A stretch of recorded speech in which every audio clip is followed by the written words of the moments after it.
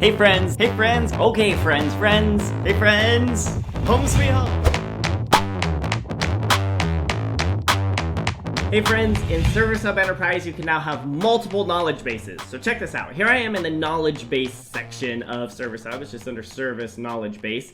And you can see this knowledge base is called Help Center, but you can add an additional knowledge base and you can give it a title and all these things and set it up so you can have more than one. Hey friends, I'm sure many of you have noticed this, but I just want to call it the fact that you can now log into HubSpot with your Microsoft account. Check this out. So here I am on the sign-in page. We've had sign in with Google and log in with SSO for a long time. And of course you can log in with your own HubSpot credentials. But now if you are a Microsoft sort of team, you can sign in using Microsoft. Hey friends, those of you who care a lot about security will be very interested in this new notification we've added. Check this out. So here I am in my personal preferences. And if I just go to notifications, under system notifications, we've added large export warning. So you can get notified when a user exports more than 50% of the records of an object type. Hey friends, got a cool little update to the way date properties can be filtered on your index pages. So check this out. Here I am on the contacts page, but this works for any of your objects inside the CRM.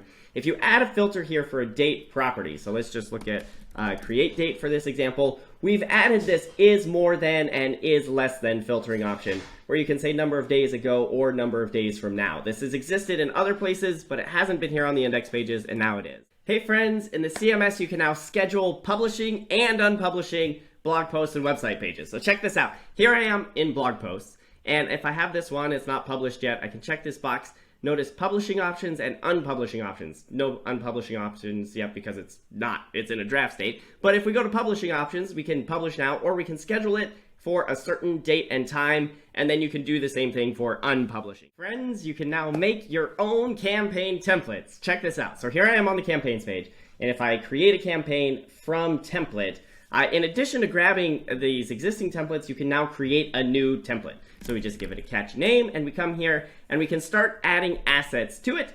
We recommend customizing these names to make them match your needs, but you can add, remove, rename, and then save it, and you have a template that your team can use in the future. Hey friends, your forms analytics are now inside the forms tool. Go figure. Check this out. So here I am on the forms page. It's been redesigned like so many other parts of Marketing Hub with the tabs and the filters and the folders over here.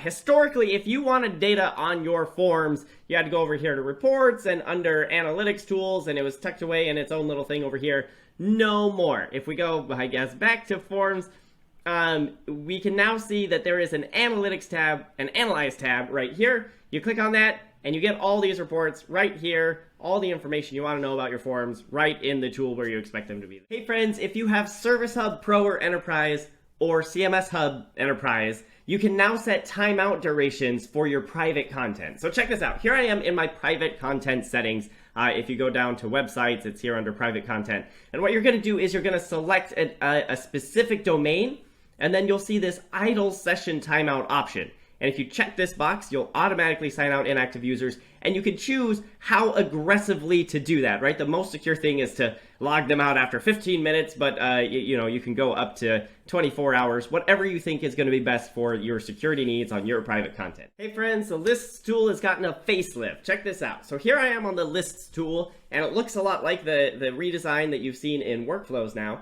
We have this folders section over here if you like folders, and we can create subfolders in here using this create folder option. But what I want to call your attention to are these tabs and the filtering you can do in them. By default, you get all lists, unused lists, and recently deleted. But if you filter your lists, you have these properties you can use, and there's some pretty handy ones in here. 7-day change, last record added at, last record removed at, list size, anything you want to do to organize your lists and get them filtered down to a particular view, you can do that. Hey friends, we've done a few things in the CRM to add a little more clarity around associations. So check this out. Here I am on the contacts index page. The first thing I want to call your attention to is if you edit columns, there are a lot more options now for associated objects. So here, if you want to see all the companies that a contact is associated with, you want to add this column. But if you want to see just the ones with this label or that label or that label or that label, you can add different columns for that. It gives you a lot more granularity and flexibility over your columns. Super cool. The other thing is, if we go to a contact record,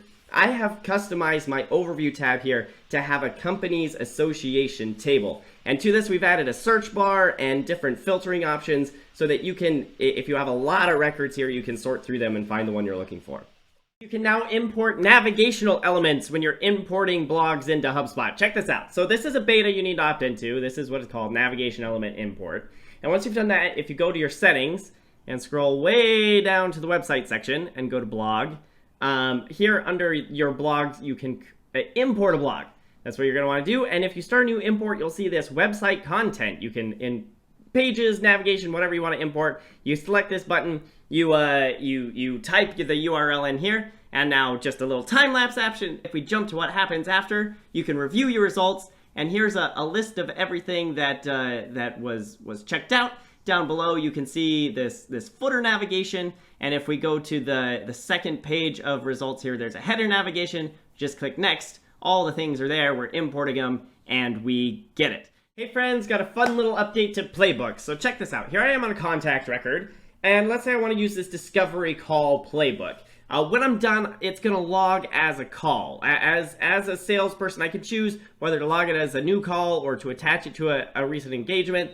It's defaulting to the demo call type, and I can change that. But if this was not a call, if this was a meeting or some other interaction, there's no way for me to change that. Well, for you, as the person who creates a playbook, that is now an option you can give to your reps. So if we go to the playbook section, and if we edit this discovery call playbook, over in settings, we can now say, actually, it might not just be a call. It can be an email or a meeting or a note, and we can change the default, whatever we think it should be. But if we publish this now, look what happens if we go back over to contacts and use this same playbook. I'm a salesperson. I'm talking to Sarah here. I pull up my discovery call playbook right here, and now I can say log engagement, and I can choose which kind of engagement it was. This was a meeting we had, and we can log it that way. This is now live.